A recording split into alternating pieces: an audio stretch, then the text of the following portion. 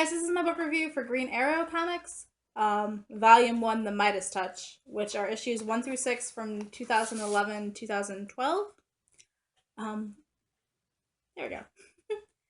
It's written by J.T. Krul and Keith Giffen, with Dan Jurgens, George Perez, and Ray McCarthy on art. So, ta-da! Green Arrow is a vigilante who lives in Seattle, and he uses a bow and arrow as his primary weapon and uses a lot of trick arrows to accomplish whatever he needs them to do, superhero stuff. You know. The Green Arrow's real name is Oliver Queen.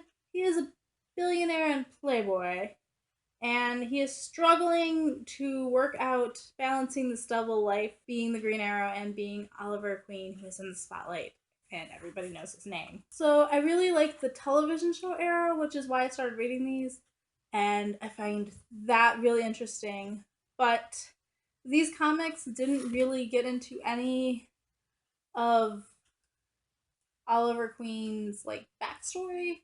Like, we're just jumping into him saving the day and fighting villains, and it's really not actually that interesting, at least to me. That's so there wasn't really like any character development on his part, so I didn't really enjoy these comics that much.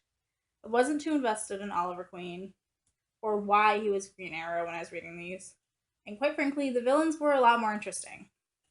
The first story in here involves a group of villains who have teamed up together and are posting their fights on YouTube, which automatically spiked my interest. Obviously, I'm filming for YouTube. And just like that's their motivation, kind of, is to just get as many views as possible. And like, I don't even know, but it's really way more interesting than guy going around shooting arrows because why? Um,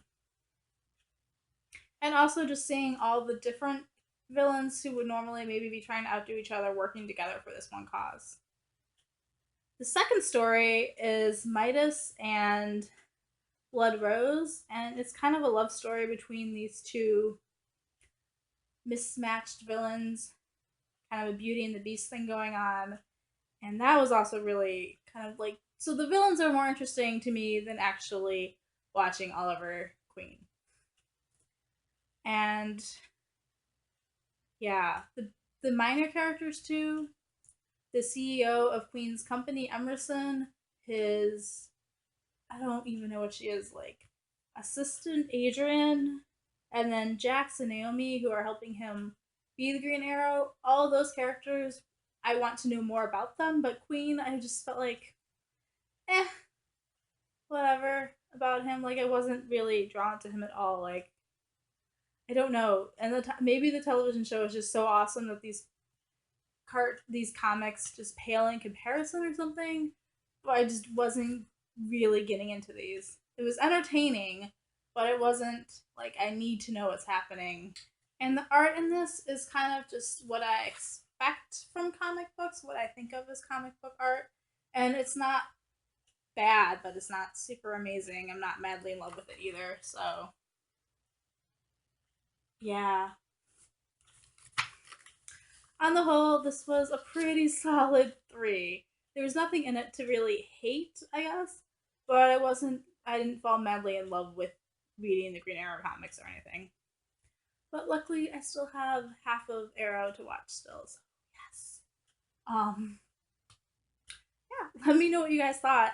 I'm sure plenty of you are going to disagree with me one way or the other on this with my rating. So, I love you guys though, and peace out. Bye.